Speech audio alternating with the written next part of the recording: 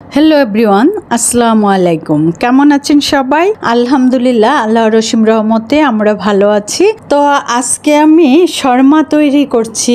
আর আমার তৈরি শর্মা আর আমাদের দেশের শর্মার মধ্যে পার্থক্য রয়েছে। তো চলেন দেখি যে শর্মা তৈরি করতে হতে কি কি লাগছে এবং আমি কিভাবে করছি। তো শর্মা তৈরি করার জন্য আমি কিছু ময়দা নিয়ে নিয়েছি, ময়দা খামির করে নিতে হবে, এবং নিয়ে নিয়েছি গাজর এবং নাইফস। এই নাইফসগুলি তো লাগবেই।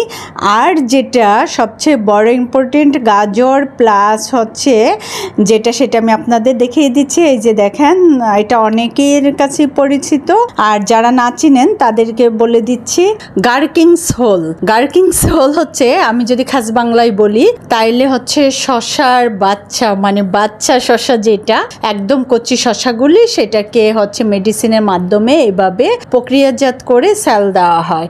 আর এটা যে কোনো সুপার শপে পেয়ে যাবেন আপনারা। এর প্রাইস হচ্ছে 380 টাকা, এবং এখানে কিন্তু অনেক দিন চলে যাবে। আর লাগবে জল জড়ানো টক দই। আমি প্রামফ্রেশের টক দইটা নিয়েছি।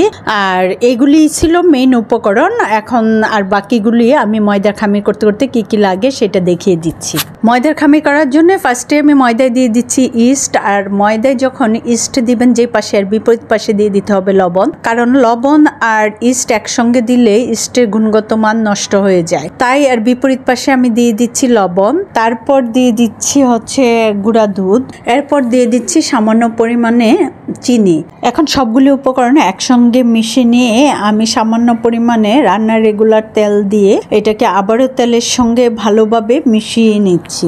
মেশানো শেষ হলে রুম টেম্পারেচারে থাকা নর্মাল পানি অল্প অল্প করে দিয়ে আমি একটি সফট ডো তৈরি করব। নান রুটির যে ডোটা হয়, সেম ওই ডোটা আমি তৈরি করে রেস্টে রেখে দিব 15 থেকে 20 মিনিটের জন্য। অলরেডি যেহেতু আমার ডোটি তৈরি হয়ে গিয়েছে, দেখেই বোঝা যাচ্ছে যে কিরকম সফট একটি ডো তৈরি হয়েছে। এখন আমি রেপিং করে রেখে দিব সেই 15-20 মিনিটের জন্য। এটা যত বেশি রাখবেন তত ভালো হয়। যেহেতু আমার হাতে সময় নেই, আমি এক্ষুনি নাস্তা তৈরি করব, সেই জন্য এক্ষুনি 15 থেকে 20 মিনিট রেখে দিচ্ছি। দিয়ে এই ফাঁকে হচ্ছে ওর পুরটা তৈরি করে নিচ্ছি। আর শর্মার পুর তৈরি করার জন্য আমি চিকেনের ব্রেস্টের অংশ নিয়েছি। তো আমি যে পরিমাণ তৈরি করব সেই পরিমাণে নিয়েছি। এখন ব্রেস্টের অংশটাকে আমি ম্যারিনেট করে নেব। ম্যারিনেট করে তারপরে আমি হচ্ছে ফ্রাই প্যানে এটাকে কুকড করে নেব।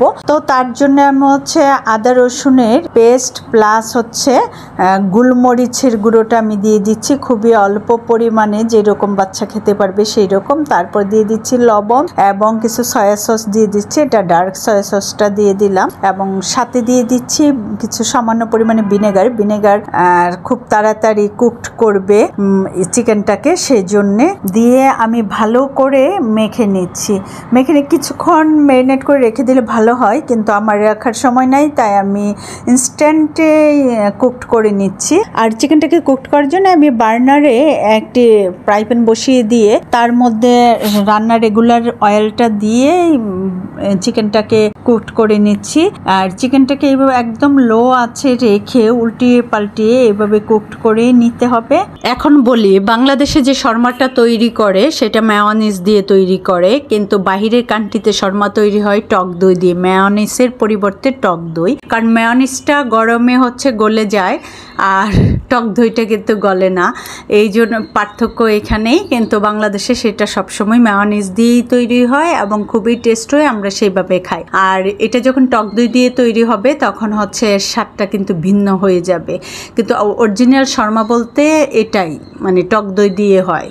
আর আমরা বাঙালিরা যেহেতু বুঝুন বিলাসী, কাজে আমাদের দেশের শর্মাটাই আমাদের কাছে ভাল লাগবে, টক দইয়ের শর্মাটা কিন্তু ভাল লাগবে না, এটাই স্বাভাবিক। আমি গাজরটাকে কুচি করে নিয়েছি। আর এই যে আপনাদেরকে শশাটা দেখিয়ে দিচ্ছি, একদমই কচি শশা এগুলি। এখন শশাগুলিকে আমি ভালো করে ওয়াশ করে নিয়ে গাজরের মতো কেটে নিচ্ছি, কারণ যেহেতু এগুলি মেডিসিন দেওয়া, কাজে হচ্ছে শশাগুলিকে ভালো করে ওয়াশ করে নিতেই হবে। এদিকে চিকেনও কুকড হয়ে গেছে, চিকেনটাকেও একই প্রসেসে কেটে নিয়ে আমি এখন টক দই মিক্সড করে নিচ্ছি। এবং আর চিকেনটাকে আপনি ছোট ছোট পিস করেও কেটে নিতে পারেন, এটা আপনার উপর ডিপেন্ড করবে। তো আমার সব কাটা শেষ। এখন আমি এই যে জল ঝরানো টক দই নিয়ে আসছি। টক দইটাকে আমি একটি নেটের উপরে রেখে দিয়েছিলাম, যে পানিটা নিচে জমে গিয়েছে।